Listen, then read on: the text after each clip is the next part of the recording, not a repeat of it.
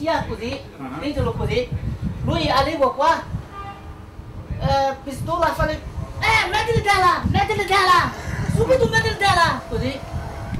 Paolo racconta così quegli interminabili e drammatici secondi di puro terrore. Erano da poco trascorse le 22:30 ieri sera quando due uomini, uno di questi armato con pistola, sono entrati allo snack bar di Chirignago in via Trieste 224. Il titolare e la moglie stanno chiudendo l'attività e sono impegnati nelle pulizie serali.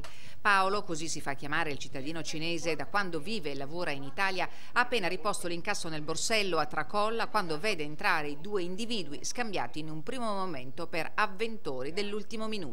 Io penso al cliente, subito lui prende le pistole, ho detto io farei della, così. Poco io ho paura dopo. Nel borsello poche centinaia di euro, ma soprattutto effetti personali, documenti, chiavi di casa, del bar e della macchina. Si ricorda come parlavano? Parlavano in italiano? Sì, parlare in italiano.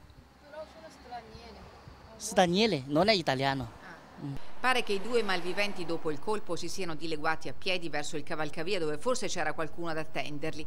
I carabinieri giunti sul posto hanno raccolto elementi utili alle indagini. Non è la prima volta che lo snack bar di Chirignago viene preso di mira dai banditi, ma nei precedenti episodi i titolari hanno dovuto fare i conti con furti degli incassi, delle slot machine e fra i clienti ora c'è preoccupazione. Quella di ieri è stata una rapina. Entrai con l'arma e comunque cambia già la situazione. Non si è mai successo una cosa del genere, specialmente qua che c'è un bar di quartiere dove c'è tante abitazioni, una pizzeria di fronte, dunque incomincia a essere un po' fastidioso.